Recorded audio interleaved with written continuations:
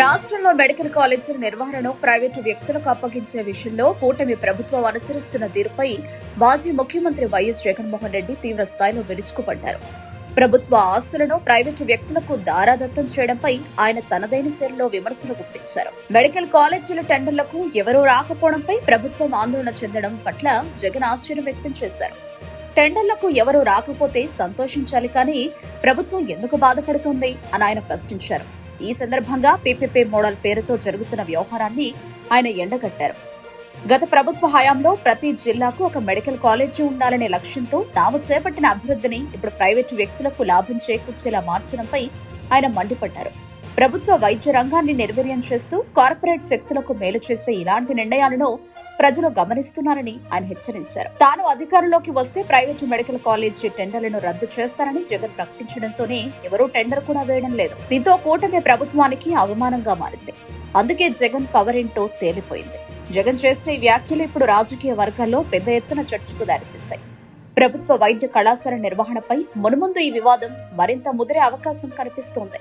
విమర్శ ఏంటంటే మంచిదే కదా స్వామి, తప్పేముంది? ఎవడు రావడం లేదు అని అంటే సంతోషించాల్సింది పోయి దానికి విమర్శ అంటావు నువ్వు.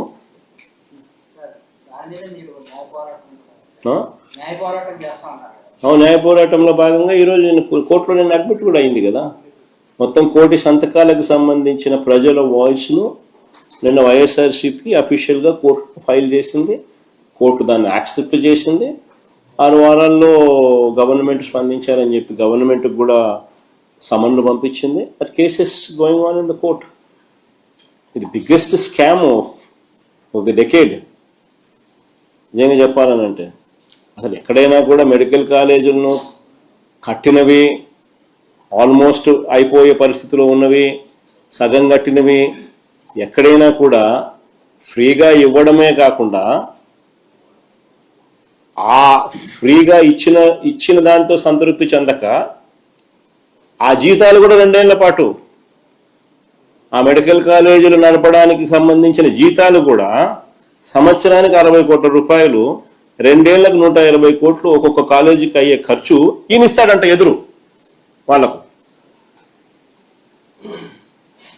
గవర్నమెంట్ ల్యాండ్, గవర్నమెంట్ ఆస్తి, గవర్నమెంట్ బిల్డింగ్లు, government medical college, government staff, జీతాలు ఇచ్చేది గవర్నమెంటు, కానీ లాభాలేమో ప్రైవేట్ వాళ్ళకంట.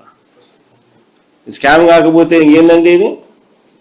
ఇటువంటి స్కాముల్లో నిజంగా ఎవరైనా భాగస్వాములు అవుతారా? అదే నేను మా నాని ప్రెస్ మీట్లో మొన్న మాట్లాడుతూ అన్నాడు. ఫస్ట్ ఏమన్నారు, కామినేని వాళ్ళు పార్టిసిపేట్ చేసినారని చెప్పి కిమ్స్ వాళ్ళు పార్టిసిపేట్ చేసినారని ఫస్ట్ టప డబ్బా కొట్టుకున్నారు. మళ్ళీ వెంటనే కిమ్స్ వాళ్ళు మేము పార్టిసిపేట్ చేయడం లేదు, ఈ స్కాముల్లో మాకు సంబంధం లేదు అని చెప్పి వాళ్ళు వెనక్కి తప్పుకున్నారు. వెనక్కి తప్పుకునేసరికి వీళ్ళకి ఏం చేయాలో దిక్కు తెలియలే. ఎవడో ఎల్లయ్యతోనూ పుల్లయ్యతోనూ డ్రైవర్లతోనూ వంట మనుషులతోనూ అప్లికేషన్లు పెట్టిస్తా ఉన్నారు. పెట్టించి వాళ్ళకైనా సరే నేను ఇస్తానంటానంట ఇప్పుడు చంద్రబాబు. అంతేగానని సెంట్రల్ గవర్నమెంట్ ఎప్పుడు అటు చెప్పలేదు. ఏ సెంట్రల్ గవర్నమెంట్ అలా చెప్పలేదు. మన ఛత్తీస్గఢ్లో ఎవరి ప్రభుత్వం ఉంది? సెంట్రల్ బీజేపీ ప్రభుత్వమే కదా ఛత్తీస్గఢ్లో ఉండేది. అక్కడ కూడా 13 మెడికల్ కాలేజీలు కొత్తవి గవర్నమెంట్ మెడికల్ కాలేజీలు మొన్న స్టార్ట్ చేసినారు ఛత్తీస్గఢ్లో కూడా.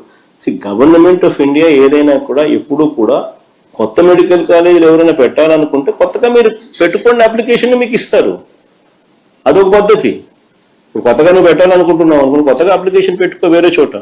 నువ్వంతకు నువ్వే భూములు కొనుక్కో, నువ్వంతకు నువ్వే బిల్డింగ్లు కట్టుకో, నువ్వంతకు నువ్వే అన్ని రకాలుగా అన్ని చేసుకో. గవర్నమెంట్ నీకు సపోర్ట్ చేస్తుంది. ఏది? పర్మిషన్ల పరంగా. అదొక పద్ధతి. అది ఏ గవర్నమెంట్ అయినా సపోర్ట్ చేస్తుంది. కానీ ఈ మాదిరిగా స్కాములు చేస్తూ గవర్నమెంట్ ఆల్రెడీ కట్టిన బిల్డింగులను, గవర్నమెంట్ ఆల్రెడీ కట్టిన ఆస్తులను ప్రైవేట్ వాళ్ళకు ఊరికనే ఇచ్చేసేయడము, మీ జీతాలకు కూడా గవర్నమెంట్ ఇవ్వడం, ఇట్లాంటి ఎవడు చేయమని చెప్పి ఏ గవర్నమెంట్ ఎప్పుడు కూడా చెప్పదు.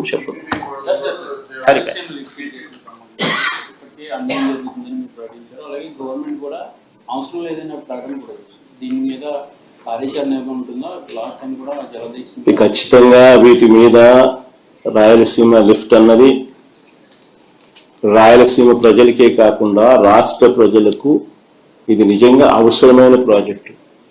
రాయలసీమకు సంపూర్ణంగా నీళ్లు అందితే గోదావరి నీళ్లు యూటిలైజేషన్ కృష్ణా డెల్టా ప్రాంతానికి ఇంకా మోర్ సద్వినియోగం చేసుకోగలుగుతారు. రాయలసీమకి నీళ్ళు అందకపోతే ఆ గోదావరి నుంచి వచ్చే నీళ్లు రాయలసీమకి ఇస్తారా, కృష్ణా డెల్టాకి ఇస్తారా? సో ఇది రాష్ట్రానికి సంబంధించిన వెరీ ఇంపార్టెంట్ సబ్జెక్ట్. ఇది వీటికి సంబంధించి ఎక్కడా కూడా మనం అన్యాయం చేయడం లేదు ఎవరికి.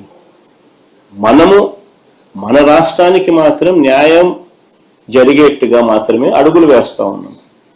ఈ అడుగులు వేసేది చంద్రబాబు నాయుడు లాంటి అన్యాయమైన వ్యక్తి అడ్డుకునే కార్యక్రమం ఏదైనా ఉంటే తన స్వార్థం కోసం అడ్డుకుంటే అడ్డుకోవచ్చేమో, కానీ అదన్నీ టెంపరీ. ఖచ్చితంగా దీని మీద కూడా ఉద్యమాలు జరుగుతాయి. ఖచ్చితంగా మళ్ళీ అధికారంలోకి మేము వచ్చిన తర్వాత వాయువేగంతో ఈ ప్రాజెక్టు కూడా పూర్తి చేస్తాం.